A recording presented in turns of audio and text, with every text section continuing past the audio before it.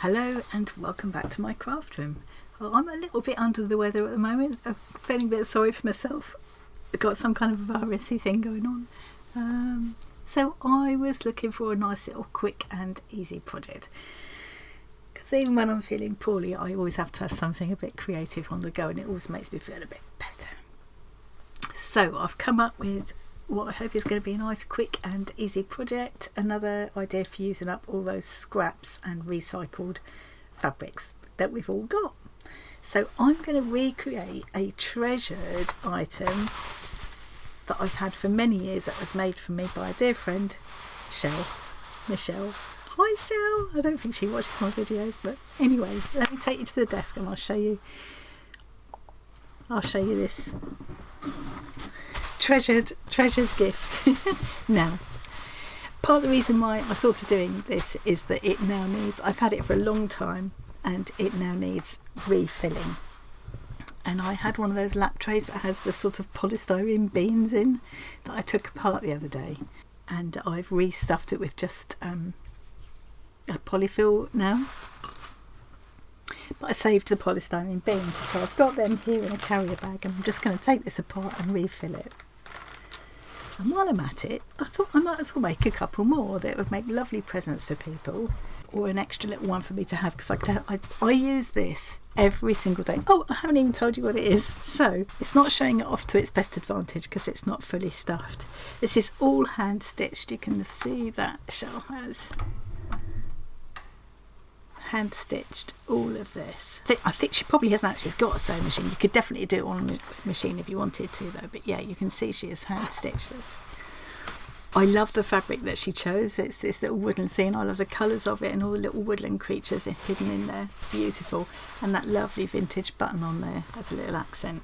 So it's a nice easy shape to replicate. And what this is for, when it's stuffed properly, well, I had to stop for a cough there. Imagine this is my tablet. So I have this, whichever way up, I have this on my knees in bed every single night. I have used this thing every single day since Chel gave it to me quite a number of years ago now, and this is the first time I've got around to refilling it. So the idea is that it sits there like that, and I'm going to try and make one around this size, sort of tablet size, and I'm going to make a smaller one as well, because I know lots of people sit and watch, like for instance, like when we're doing live streams, a lot of people have said they're watching us on the telly, but they've also got the phone with them, because that's what they use for putting comments at live chatting and stuff. So it's just really nice, whether you're sat on a sofa or in bed or wherever. It's just really nice. It props up when it's filled properly. It props it up to whatever kind of angle you want, and whichever way up you want it. I'm really not showing it at its best advantage because I've just left it too long to restuff it. None of it's actually come out. It's just like after a time, I guess they just get squished in there. So I've got two different ones I'm going to do. For the slightly smaller one, I've got two scraps these are from my Bazaar scrap packs. If you're a regular viewer, you'll have heard me talk about Bazaar before. I love Bazaar because these are all reclaimed fabrics rescued from the textile industry, basically saved from going into landfill, which is a huge problem these days. Has been for a number of years actually, but we're all becoming more aware now, fortunately. Anyway, I've got two of these pieces, and you can see this is the kind of thing you get in the scrap packs where it's been cut from a garment. You can see this was probably a sleeve. I keep all of these bits, so even these little trims here, I will keep them to add texture to slow stitching projects and things. So I've got a whole pot where I keep that kind of thing. Nothing gets wasted. I've made it a mission to all of the packs that I've got, and I've got some beautiful scrap packs from them.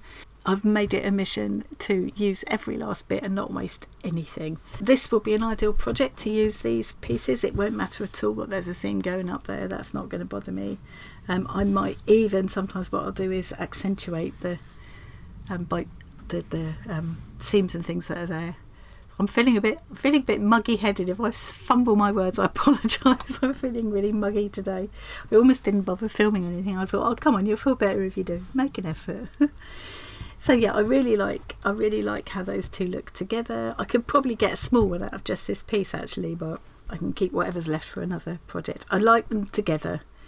I think it would be quite fun to have them together, and then I'll find a nice button that coordinates with both of them.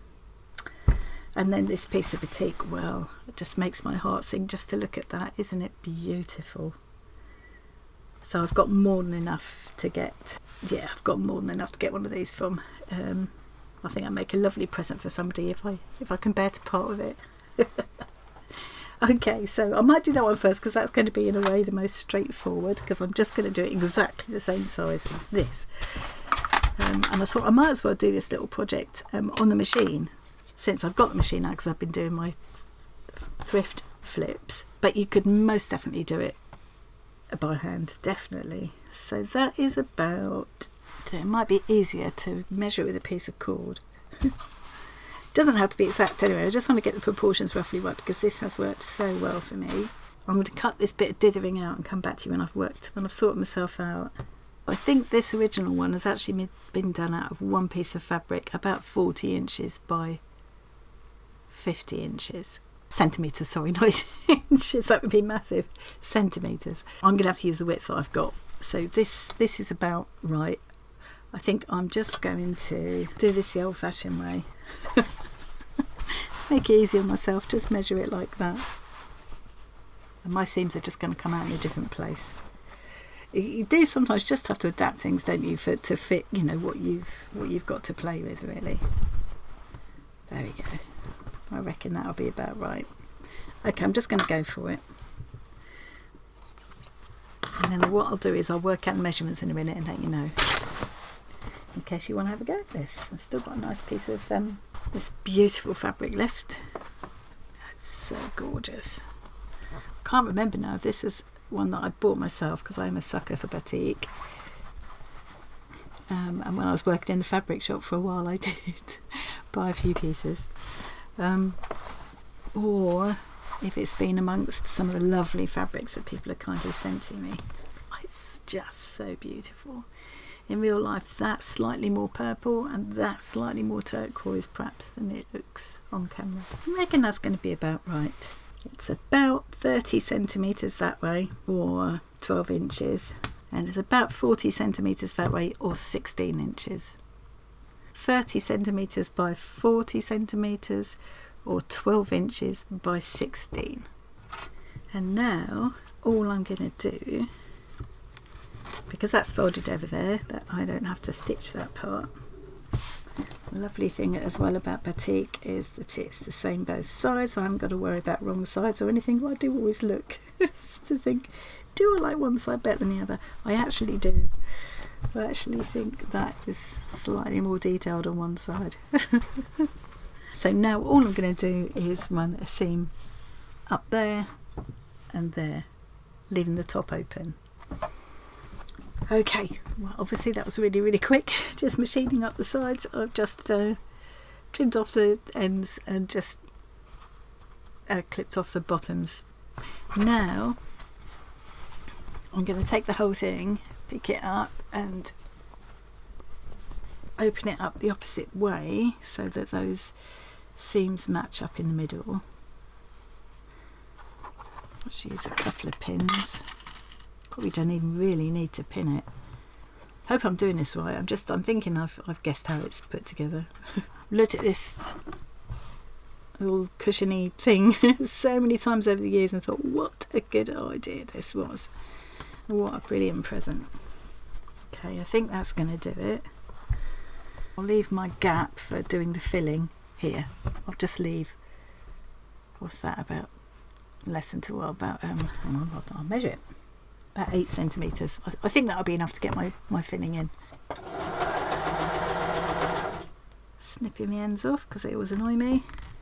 You can make one of these with, I think it'd be a really nice thing to do with an old shirt, a favourite old shirt. It could even be, you know, like you get memory bears where you make them out of clothes that have a connection to a person that you've lost, or to your kids when they're young and they're all grown up and you want to make something to remember them by, remember their childhood. But that kind of thing, you could definitely make one of these out of something like that. You could also patch whatever pieces together. It would be a lovely way to use a piece of slow stitched work as well. I think you wouldn't want it to be too stiff, but other than that, that's where I will fill it by. I guess what I need to do now is turn it the right way out. I'll tell you what, anything I make with this fabric is bound to be gorgeous, isn't it? Really nice way to use fat quarters as well, or remnants if you bought them, but I'm just at the moment really wanting to use my scraps, use my stash, recycle old clothing, and use my beautiful scrap bundles from Bazaar as well. I will leave a link to Bazaar in case you want to get hold of their bundles. They do ship all over the world. But if you're not in the UK, don't try and just put an order through. What you need to do is email them, tell them what you want, and they will quote you for postage and invoice you. If you try and put an order through in the normal way on the website, it will refuse your order. If you do order, if you put Marty Farty Annie Tree, I'll put it here in the note to seller at checkout. The add a note bit, I think it says add a note. You'll get a little extra doodad in with your order. Okay, so I've turned that right way out. That's how that will go together. Oh, it looks so lovely. So the next step is to fill it with beads. Now this bit's going to be fun.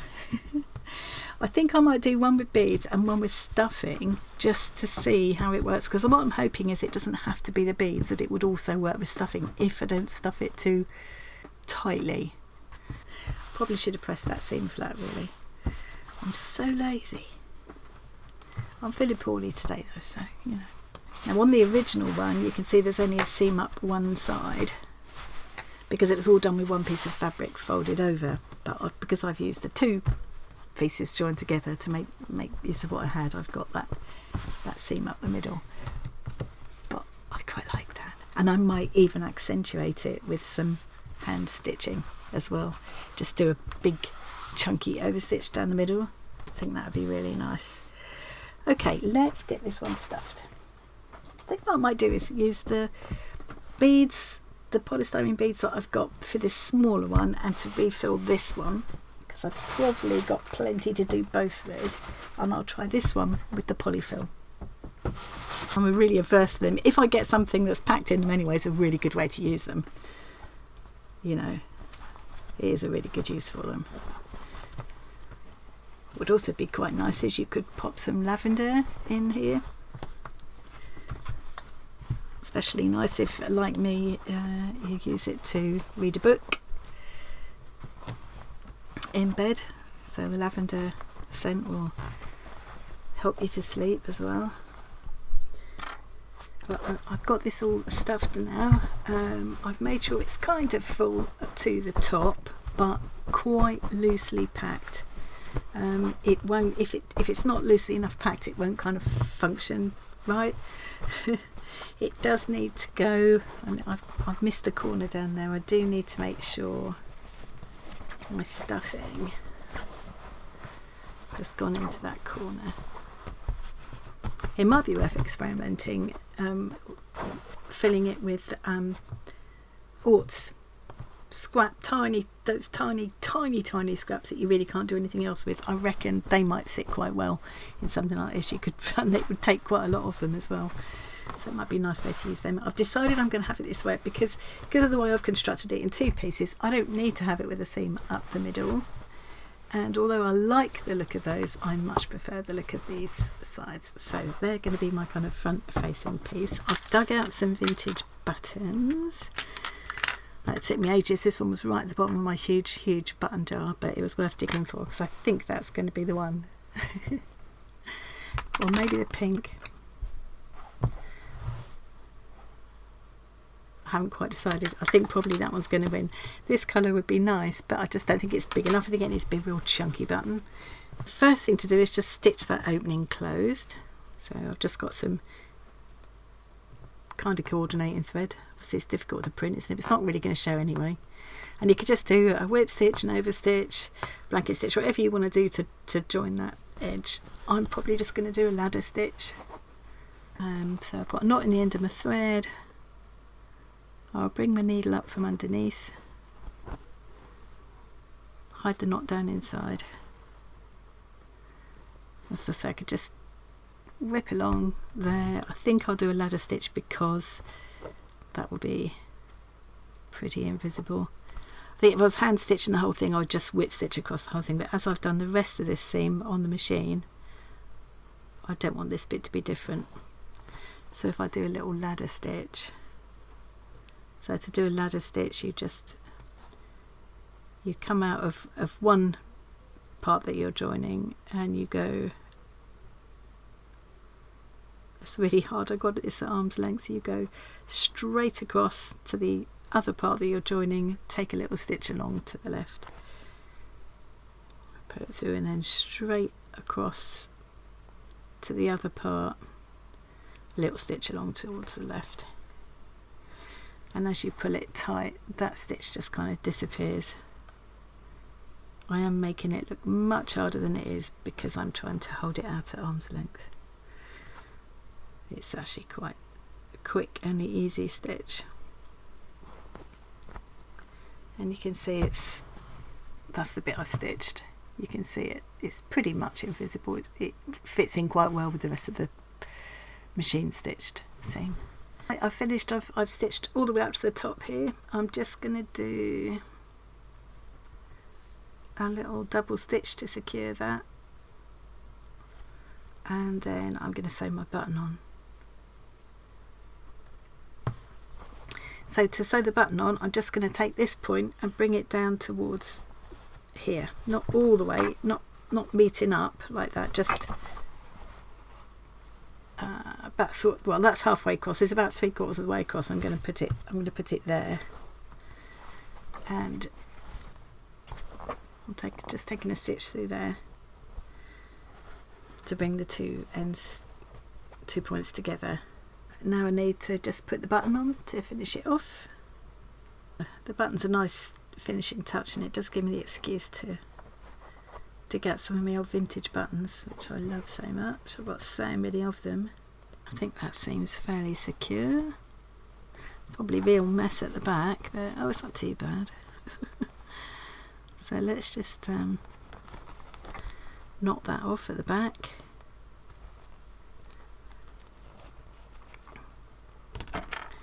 Lose the thread inside between the layers. So that's that bit done. That's how that's looking. And that just holds it into that kind of shape, so that from the side you've created kind of a wedge shape naturally. And you can use it, I use it both ways around. It kind of, I suppose it sort of sits better that way. So now you need to stitch across here to create that ledge that the phone or the tablet, whatever you're using, sits into. I'm going to put in some pins across here. Just make sure I've got plenty down there. Definitely this bit could be hand stitched again, that's what Chel's done there, but I'm going to see if my machine will do it. I think it'll be okay.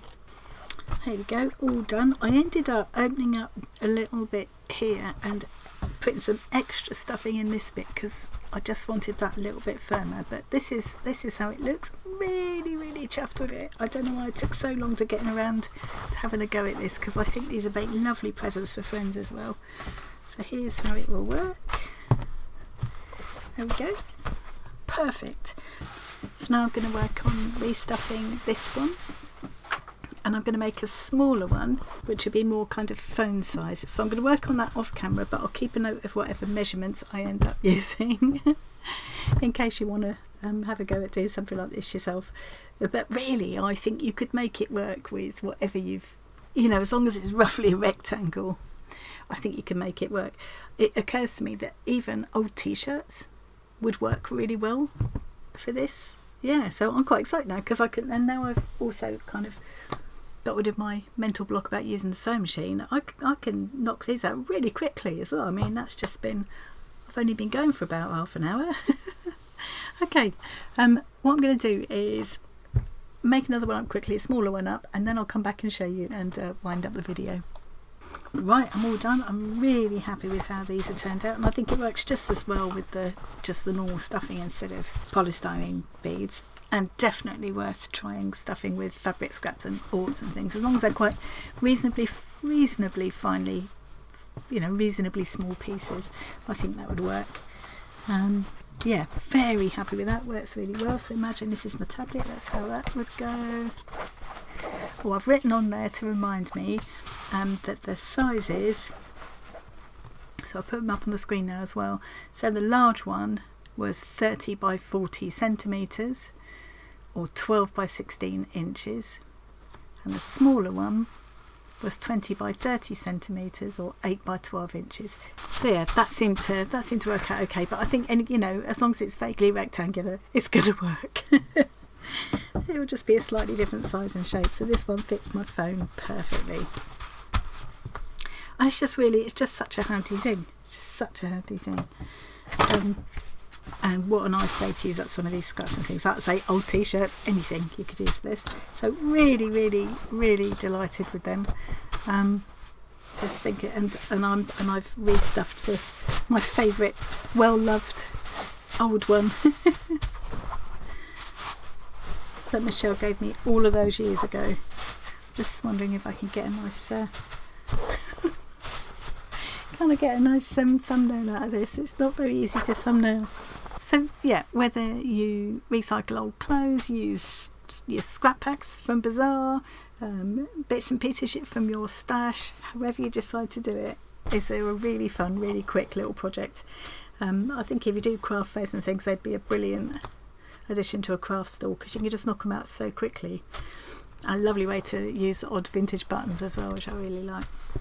So that's it for me today. Let me say my goodbyes. I'm all hot, you can see I'm all pink now. It's really warm in here. I've had to close the curtains because otherwise I get a big poof of sunlight across and it gets ridiculously hot and it messes with the camera. So I'm going to stop recording now and go and downstairs in the cool for a little while. Okay, thank you very much for joining me today. I hope you enjoyed that or found it inspiring. Let me know what you think. And thanks again to my lovely friend Chel, just on the off chance she might watch this video. I love it. I loved it then. I still love it now. I still use it every day. Thanks, mate. Okay, thanks very much for joining me, and I'll see you again really soon. Bye. I look so pink and sweaty. Oh, I forgot one thing. Top tip for getting the polystyrene beads inside the cushion thing. Yeah, I just rolled up a piece of cardboard and taped it with some masking tape, so now I can just take it apart. Because the masking tape will come off. Right, I'm really going now.